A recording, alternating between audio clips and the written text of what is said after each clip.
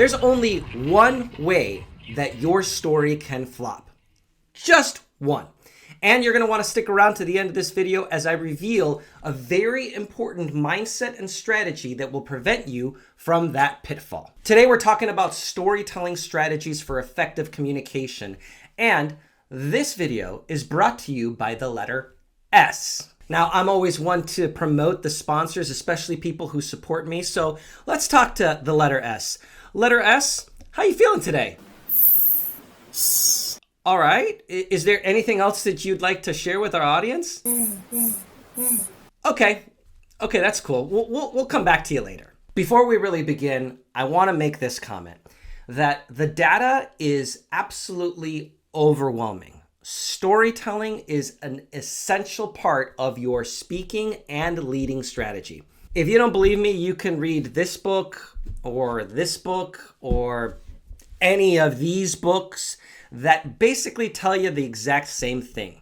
If you want a message to land, then it is absolutely critical for you to be telling stories. Carmine Gallo, author of this book, yet another resource that reinforces the need for storytelling, says it this way: no technique is 100% guaranteed, but telling personal stories comes close. So if you're a leader or a speaker and you're not telling stories, I got a message for you. Stop it. Absolutely just stop not telling stories. Like I said before, there's only one way that your story can flop. The most difficult aspect of crafting a story for a message is just the courage to tell it. Strategy number one is spine. Now here's what I mean by a spine. This actually comes from an old acting technique that deciphers what is a character's primary motivation. What is a character's spine?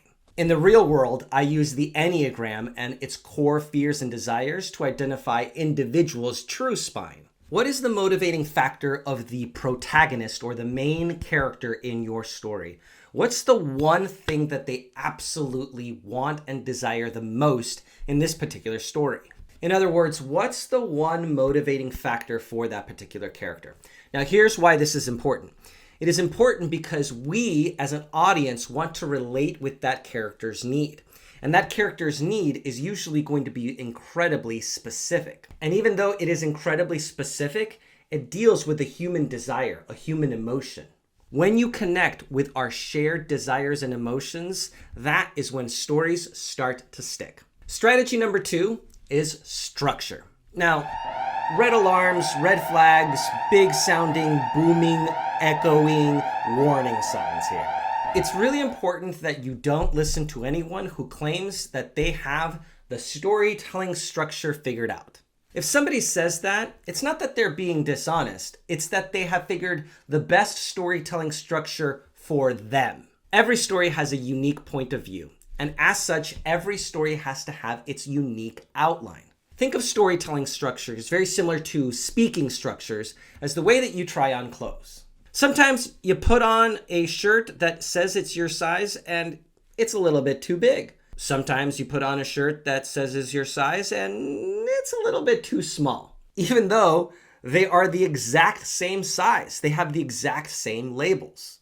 So my encouragement to you when you are structuring your story is to try on different structures to see which one fits best. Regardless, I'm not going to leave you hanging. There are 5 different elements that every story should have. Number 1 is setting. Where and when is this story happening? Number 2 is struggle. What is the brooding conflict? What is the struggle that our main character is enduring? Now, this is important because if you don't have a very clear conflict, a very clear struggle, then you're not actually telling a story, you're just outlining a sequence of events. Number 3 is snap. Now, snap refers to the moment where your character is about to break, where the conflict is so intense that they have to make a choice whether to keep going or to give up. 4th is shift, meaning what shift does the character have to make? What do they need to change about their environment or themselves in order to meet success? And finally, that's number 5, success. How does the character meet success, and what's the impact of that? Keep in mind that these are not equal value segments. meaning that you're not going to spend the same amount of time setting up your setting, setting up your struggle, setting up your snap, and so on. It really depends on what story you're telling and what's going to be best for your audience. Strategy number 3, what's at stake?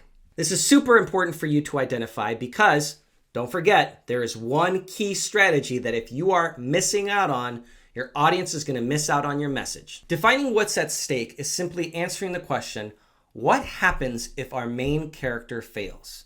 What happens if our main character does not meet their desire, their spine, their objective? Now, this is especially significant to your audience because in theory, as you are telling this story in a personal or professional context, your audience is connecting to that particular element of what's at stake. They are putting themselves in your position or in the main character's position, and their anxiety is raising because they know that they could possibly meet this challenge.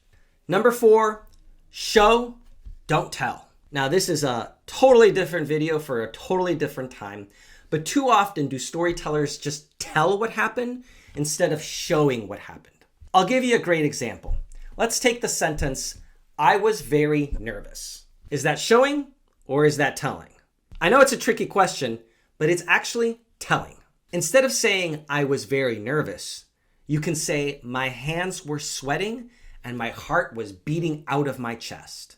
Those specific details allow your audience to connect with you and recall the experiences that made their hands sweaty and their hearts pump out of their chests. This takes a lot of time, a lot of patience, and a lot of intentionality to transform telling into showing. Okay, here's what you've been waiting for. The one strategy that if you are not implementing can make your story flop. And strategy number 5 is service. Look, your story isn't about you, even if it is completely about you. If you don't have the primary intention of serving your audience with a lesson, with an experience, with a tool, with something that they're going to take into their own lives, if you're just telling the story for the sake of you telling the story, for the sake of you wanting the attention and the adrenaline rush of being in front of an audience, then your story is going to flop.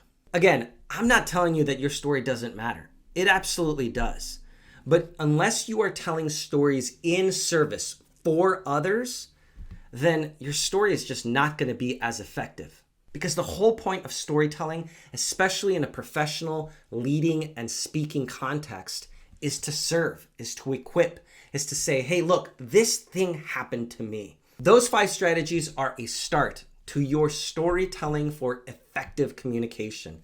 And remember, this is a journey, not a destination. Stories require revisions, refinement, practice, sometimes in front of a live studio audience. The best way to tell if your story lands is to tell it. Get an effective feedback loop to figure out what worked, what didn't, and where you get to tell your story next. On that, make sure you're coming off mute and speaking up your story, and make sure you hit that subscribe button to be up to date on all content related to confidence, communication, and storytelling.